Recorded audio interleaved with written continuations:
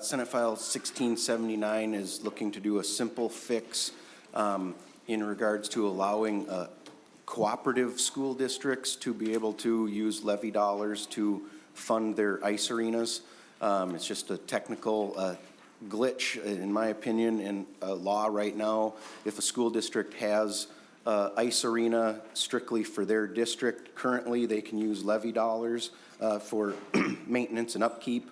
But if they are a cooperative, 2 or 3 school districts combined to have one rink, they cannot combine to do the levy. Only one school district would be able to do that.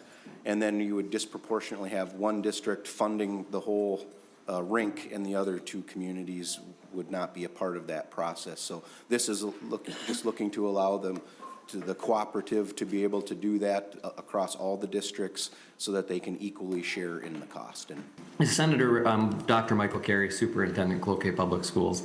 And as Senator Rarick said, I think this bill is really a fairly simple request. We know you have to deal with lots of difficult things, and this one is pretty minor. So currently, Minnesota state law allows an individual school district to be able to levy for excess costs of the operation of an ice arena. So essentially, you can only levy for the difference between what you spend and what you take in revenue. So an individual district can do that, but in our case, we share a cooperative with 2 other school districts, ESCO and Carleton. And so it doesn't allow for us to create essentially a collaborative agreement in how we're going to share those costs across our 3 districts. And really our intention is to just expand the legislation to allow for those cooperatives to work together so that we, if needed, can take advantage of that broader tax base to make sure that we're sharing those costs in a fair way across our school districts. And also to make sure that we can effectively meet the financial needs of operating an arena.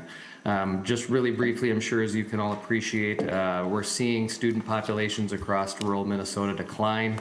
And with that, in order to be able to maintain and continue the programming that we offer to our kids, we often have to collaborate with our neighbors to make sure that we can do that.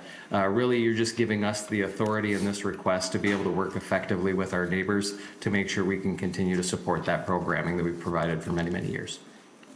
You know, similar to the bill we had last week around increasing consolidation aid, what we're seeing with a lot of small rural schools is the need to work together, and this bill is one of the ways that we're trying to give them that ability to. So thank you, Madam Chair.